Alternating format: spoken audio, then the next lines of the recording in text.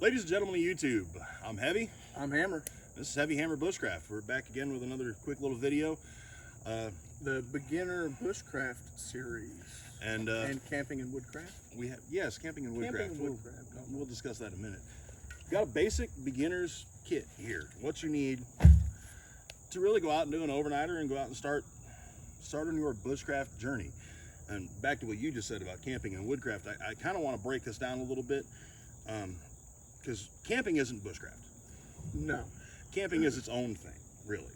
And bushcraft, however, involves camping. Yeah, because I mean, you can go through your whole ultra lightweight stuff and but that's all down the road. Yeah, that's way way down there.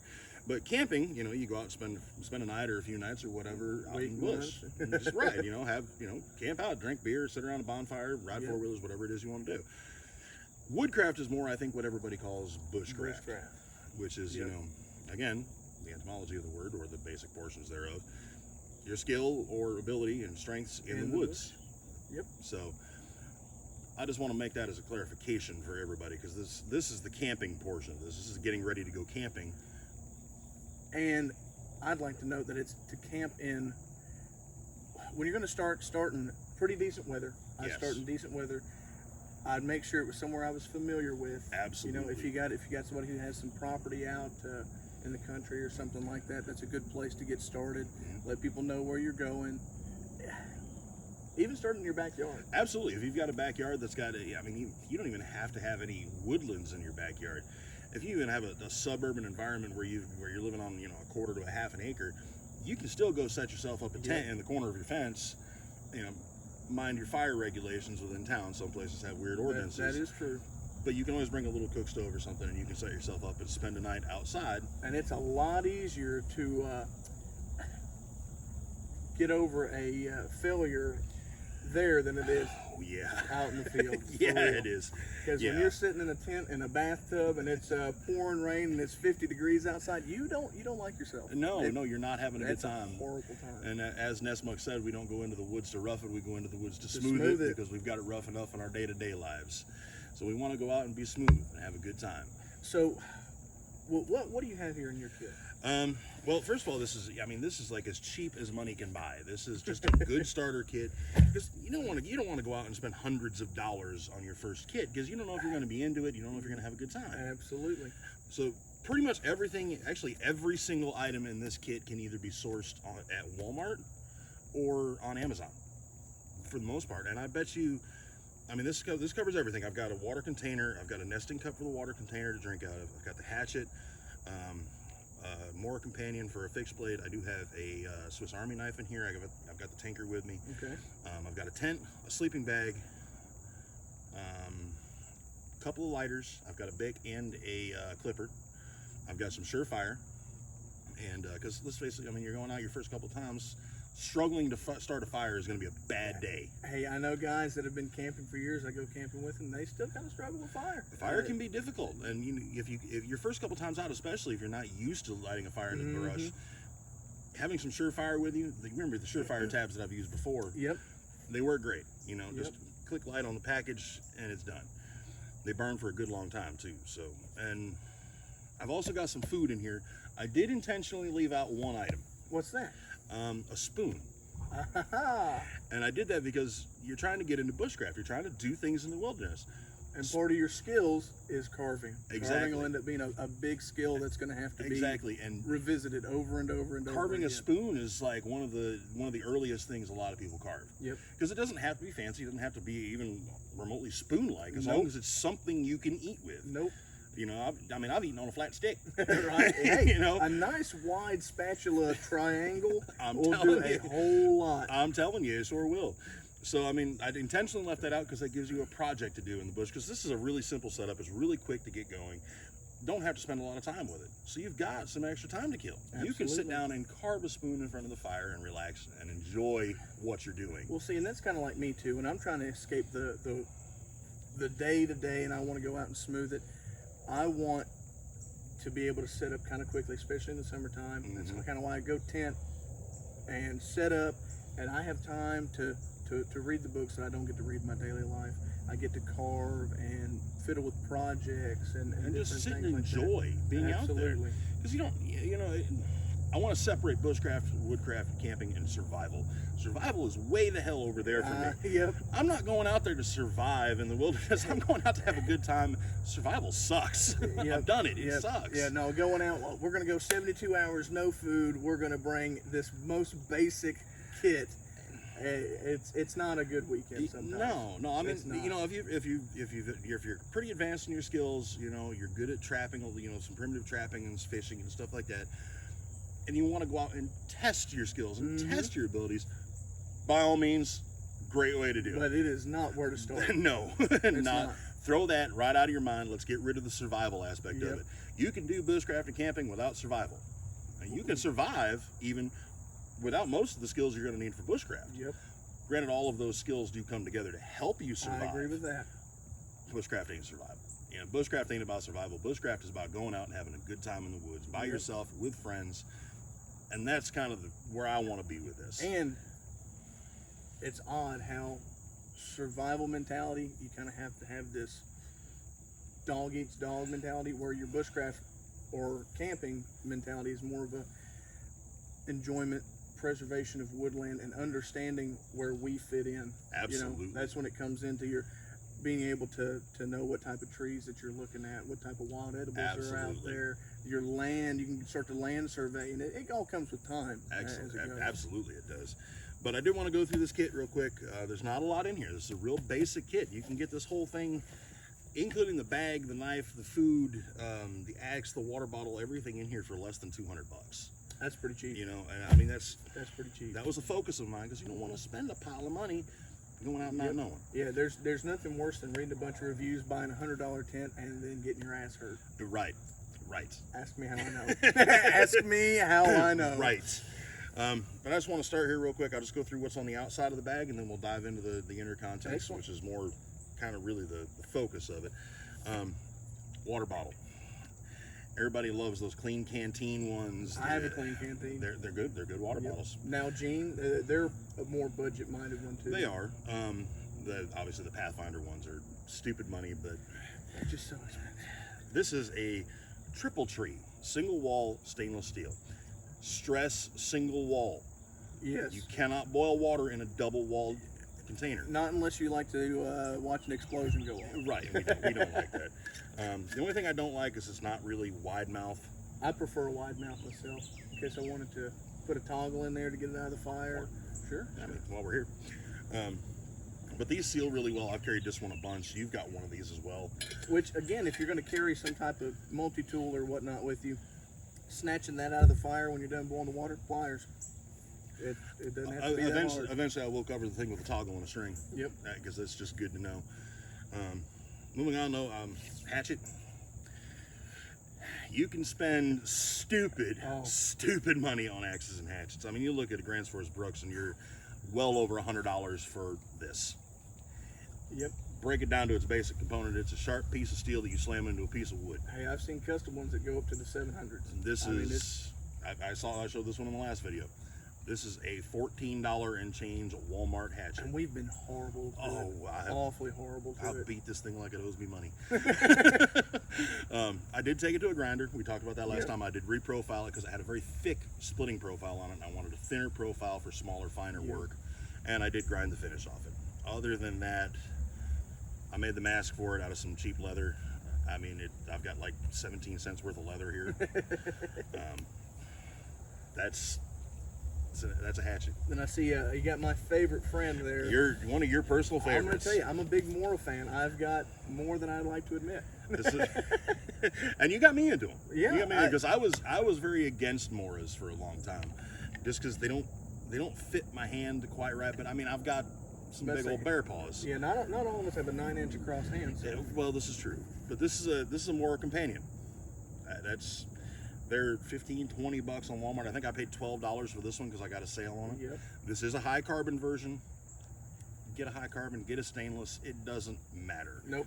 It doesn't matter. You're not going to be. Most people are not going to be striking this for spark. The only difference is maintenance. If you're going to have a carbon knife, prepare yourself to maintain it. It's going to need a little bit more love. throw a patina on it. It's all Right. part of your skill set is to be able to maintain your gear anyway. Absolutely. This is the standard sheath that it comes with. I'm not a fan. Really? I'm not a fan because, see, it's already started to break. I carried in that sheath one time. Most people probably won't have that problem with it. They're not 320 pounds. So when you sit on it, you're probably not going to have as many issues as I do.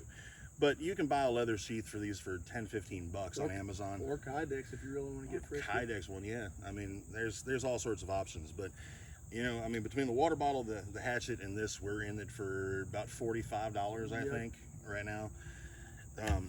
That's the outside. That's the outside of the kit, and that's the beginning portion. Those are your cutting tools and your water containers. The only thing I would add to this kit, if you're going to go out and do an overnight, I would carry just a gallon milk jug full of water. Yeah. Just so you've got the water. Your first few times out, you don't need to be worried about water purification and filters. Well, and I think that it's best if you're going to start out, right? So new guy on the block goes out, you've got your water. It allows you to take the time to research prior, and once you get there, to start looking at what my water sources are. Do I have runoffs from fields where there's going to be pesticides and stuff, and be able to judge what my water quality is before I get into all this boiling and try to finagle it. Absolutely, because all that does play a major role. Absolutely. Real quick before we get into the bag itself, this bag, this is a Walmart outdoor products bag. It was $9 and change.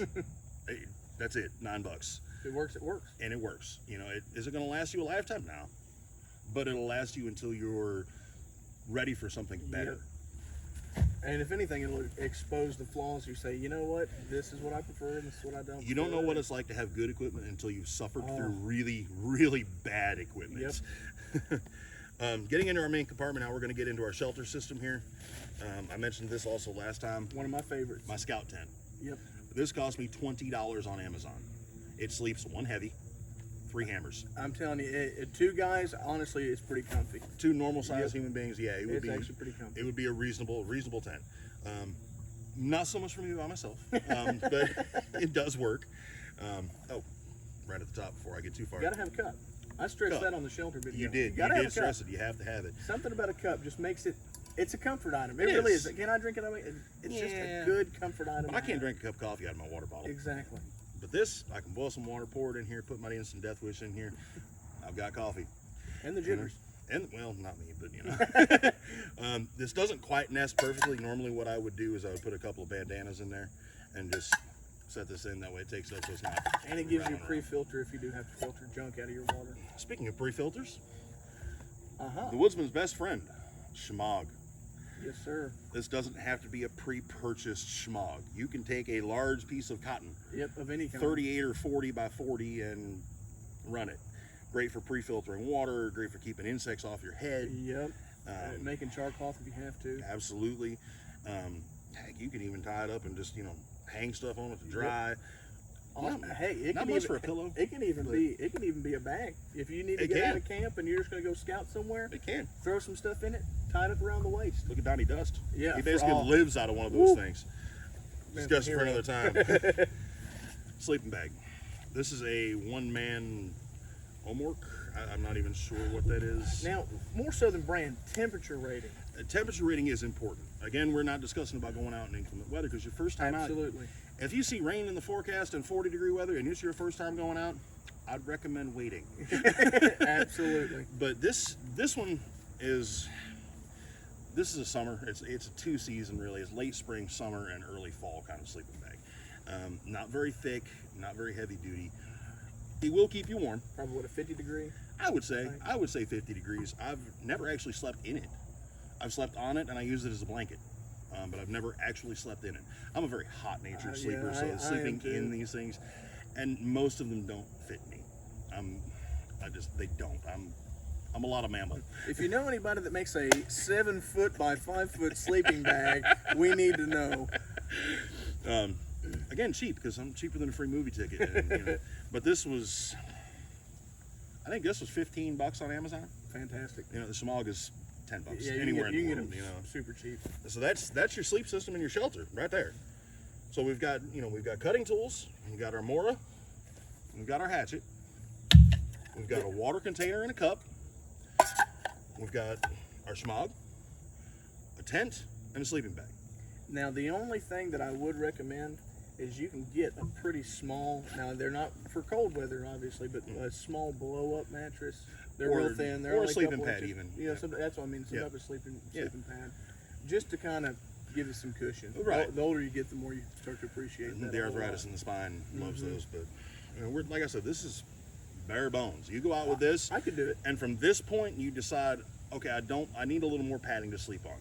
Do I want to go with an inflatable, or do I want to go with a sleeping pad? Do I want to go with a browse bed? I'm a big contractor bags, or like the ones that I made for us, which are the painter's drop cloth, stitched up and doubled, so you have a browse bed you can stuff. Which also doubles as a sleeping bag if you need to for really light weather. I guess that is true. Bandana. I like to always carry one if for nothing else, if it's hot as balls out, I can tie this around my head and keep the sweat out of my eyes. Yep. Especially now that I ain't got the hair. Or if you can get some cool stream water, wrap it around your neck, get the jugulars start cooling off. Exactly. There's warm weather. It can get brutal out there, even in the shade. I mean, it can get warm. It absolutely can. Classic. 100 feet of hyper tough paracord and OD green. A lot of people will recommend you get the bright oranges or the reds or the yellows or reflectives even that'll stand out. I like to be low profile. I do as well. I don't like to interrupt my view of the natural scenery. If I'm looking out for my shelter and there's a bright orange string of paracord running across, it kind of throws me off. The OD blends in with the background, allows me a more in-depth kind of experience even with until nature. you run into it at 9 o'clock at night. But I do that with orange anyway. Yeah, 1 o'clock in the morning, you get up to go to the bathroom and you come back and, clothesline yourself with this stuff. You'll remember it. But, $4. Yeah. That bandana, bandanas are $1. Yeah. You can get them at the dollar store literally for $1. Comfort item that I never leave home without in my bag. Dry pair of socks. Yes. A dry pair of socks. Have to have them. There's nothing worse. Even if you didn't sweat through the day, you're going to step in that one puddle. You're going to step in something. Or you're going to wake up first thing in the morning, swing a leg off your bed, and what's it going to be in? Dew. Water, dew, something. Dry socks, man. Handling device. You don't have to bring a flashlight. No. I keep one in my pocket. Right. But they're handy. This is an El Cheapo. I actually picked this one up for free. We won't get into how. It was legal. Don't. But country trails, I have no idea what it costs. But any flashlight will do. I mean, anything. Me and you both carry the old lights, the i5Ts. And really, if you follow the rule and you don't use cutting tools in the dark and yada yada, you're going to help yourself out drastically. Anyways, that's mostly to get to the bathroom, get back from the bathroom, right, and then get back to bed. See to unzip or zip your tent. That that's about the most important thing there. Fire starting. I got a couple of different things in here. Stormproof matches are never a terrible idea because it may not be storming, but it might be windy. If you're going to get them, these Yukos, they're good. They're good. They're really good. Definitely recommend those. Or the ones in the plastic container if you want them waterproof. Right, which is still Yukos. Yeah, they're still Yukos. A couple of lighters. So you got the clipper there. I do have the clipper. Which, one of the coolest things about it, which obviously you can't see too well, but the little striker comes out of it. And we have used that to strike a spark on char cloth. Char cloth's not something we're going to get into here because it's a little more of an advanced technique, but it's definitely can be done. These lighters, they do have a replaceable flint. You can pull that out and replace the flint. They are butane refillable as well, so you can refill it and keep using it. They're like $2 for a 2-pack at Walmart. $1 a piece, and they'll last. They will. And the standard Bic, I mean, I've had this one for ever. So just those fire start cubes. Some sort of surefire. On a good wet day, when your kindling is diminished, but you might maybe have saved some drier stuff. Right. Being able to split it and throw that underneath there. You can get these at Walmart. It makes the trip. Oh, it does. It does. You can get these at Walmart. I forget what, I think it was $5 for a box of them. Pack you 2 of these, one for at night, one in the morning. Once you get a fire going, just maintain it. If you need to, you can relight in the morning. Bring a couple of them. It's always good to have a surefire way to start fire. I even carry these in my regular fire kit with my ferro rods and my char cloth and my birch bark and my fat wood. Hey, I've got like 2, maybe 3 in my bag. And I still carry them just because you never know.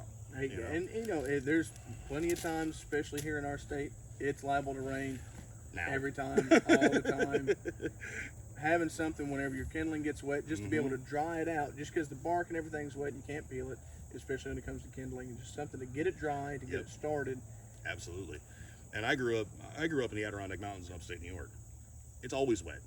You can't spit without hitting water. It's always wet.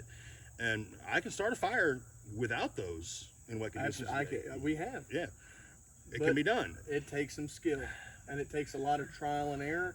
And if you go out the first time, it's a few times even, you don't want to have to do it. I like a surefire thing.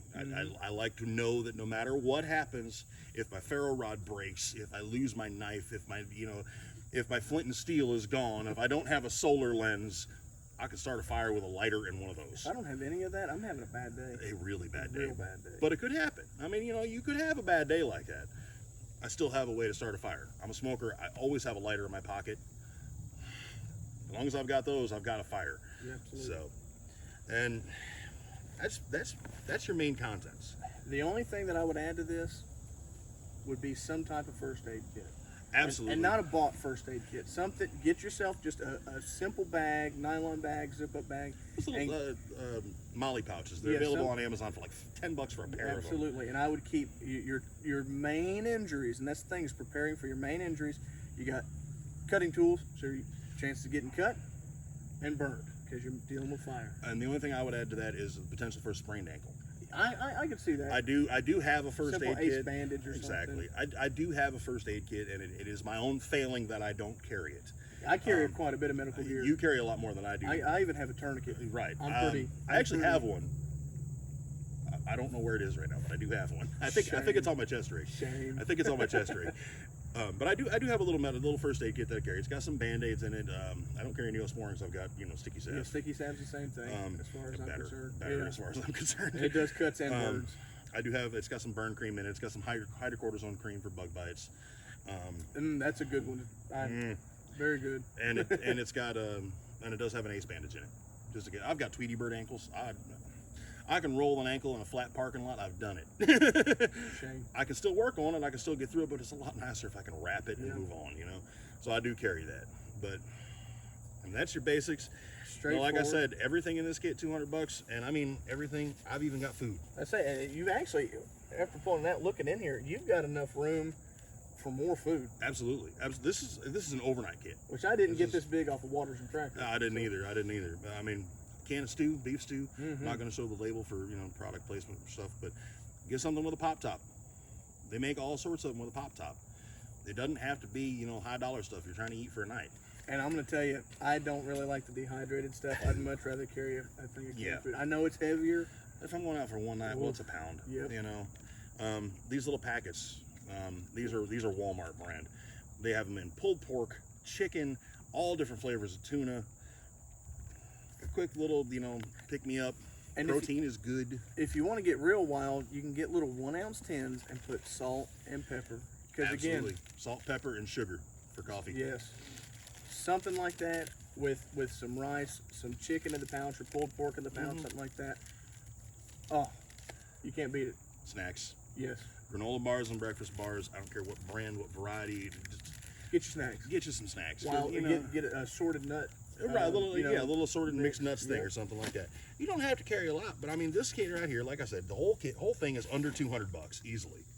I mean, you can see that. There's way less than $200 worth of gear here. And this will definitely do you for an overnight. It packs up small. It packs up light. And you pick this bag up, what would you say you figure it weighs? Maybe 15 pounds. Right. If that. Yeah. I mean, that's being on the conservative side, saying it's 15 pounds. So it's not like you're carrying your house into the bush. Yep. And really, you need to keep your kit light anyways, especially like me. I know my bedroll's going to be a little bit heavier during certain times of the Sleep year. and shelter systems are going to be the heaviest things you carry. They're going to be the heaviest thing. So I always keep my bag pretty light, so I have the extra weight and room for food and shelter. Right. And I don't have it in here, but I would also recommend carrying some kind of small haversack, a little small belt pouch kind of thing. I've got the hide and drink one, which you have as well. Yep. Just like a little Bushman's dump pouch. Yep, that's all it is. That way you can scavenge. You know, if you're walking along and you see some tulip poplar bark hanging off a tree, cedar bark, anything like that, you can snatch it up, stuff it in that pouch. Or like me, snagging up on the blackberries last time we came across them. Exactly. Having a little wax canvas dump pouch to just throw some blackberries in while you're going to camp. And you get there, It's telling you, it makes all the difference, man. You're smoothing at that point. You know, and you know, you never know when you're going to run across something like that. You know, any kind of wild edible, stuff like that, even wild medicinals. I don't recommend getting into wild edibles and medicinals unless you've done proper research. Yeah, it takes time and years. I'm not nearly as comfortable with it as I need to be, but I'm adjusting here. I'm getting better. You stick me back up in the Adirondacks, I eat for days off the land. I'm adjusting to it here because there is a lot of difference. The Adirondacks is technically boreal forest, really. It's the southern edge of the boreal forest. Which we're in alluvial plain. We're in alluvial plain. It's a different atmosphere, you know. So I'm adjusting, but I'm getting better. Mushrooms, stay away. Yeah. No, it takes. You when it comes to mushrooms, you better be completely correct. They can be even worse than a regular edible. Absolutely. A mushroom will kill you quick, make you sick from contact. Yep. You know, you could pick a berry off of a bush and do a little taste test, get a little sample. The primitive method. Give it 15, 20 minutes, an hour. You know, okay, try a little more. With a mushroom, that little might be enough. Yep. And I don't know about you, but I'd almost rather die of dehydration. Yeah, I think that's on the list of the other 12 things. I think it might be. It's mushrooms can kill you like now, so I'd stay away from them. Absolutely. Unless you, and don't post on some Facebook group, for God's sakes, asking for advice about what a mushroom is. If you got a local guy in your area that's I'm talking about good, and he knows his stuff. Been doing it all his life. Go to his class. You know, follow proper training and procedure when it comes to all that. Exactly. But that's the kit.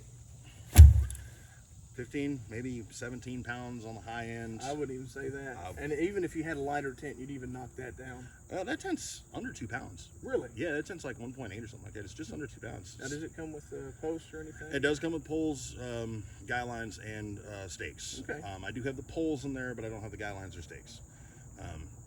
I've got a ridgeline. I've got paracord with me. Right. If you were just going out, just getting started, leave everything in the kit and bring it with you. We'll get into ridge lines, guy lines, knots, and notches and stuff in future videos. Yep. But for now, that's, you know, bring what it comes with. You know, set it up as it is. You can always change it later. Once you're used to it, once you've got the setup down, you can change it, improve it, add on to it, make it better. Yep, I agree with that. But starting out, take it as it comes. Use it. Anything else on kit? Basic kit. Don't get sucked into that essential bushcraft bullshit they sell on every fucking website known to man. Yes. Don't do it. That is essential bushcraft kit. Don't get into the high dollar stuff because you need to spend as much money as you possibly can to get the best equipment that you can. You need to get the best equipment that you can that functions. Yep. And then once you notice the flaws and things that you don't like, grow. It's all about, it's just like in every part of our life, it's all about growing. Oh, there was one piece I did not pull out of there. That was the Swiss Army knife. Just the little tinker. You know, and that's just, I mean, we both carry folding knives anyways. Yep. I carry, this is actually a case double exchanger. I'm actually folding knifeless today. Well, it was early. I did kind of get you up there, but this is some kind of folding knife. I still carry my Swiss Army knife. You know, the Swiss Army knife is nice because it's got the saw and everything on it. Some of them do, but other than that, I mean, if you can handle it with just the Mora. That's the thing. The Mora will do a lot more than people give it credit for. I was much more impressed with it once I owned one than I thought I was going to be. So, but that's all I got on kids. I guess that's me too. All right. Well, I guess that's it. That's all we got. And we'll see you next time. See you in the woods.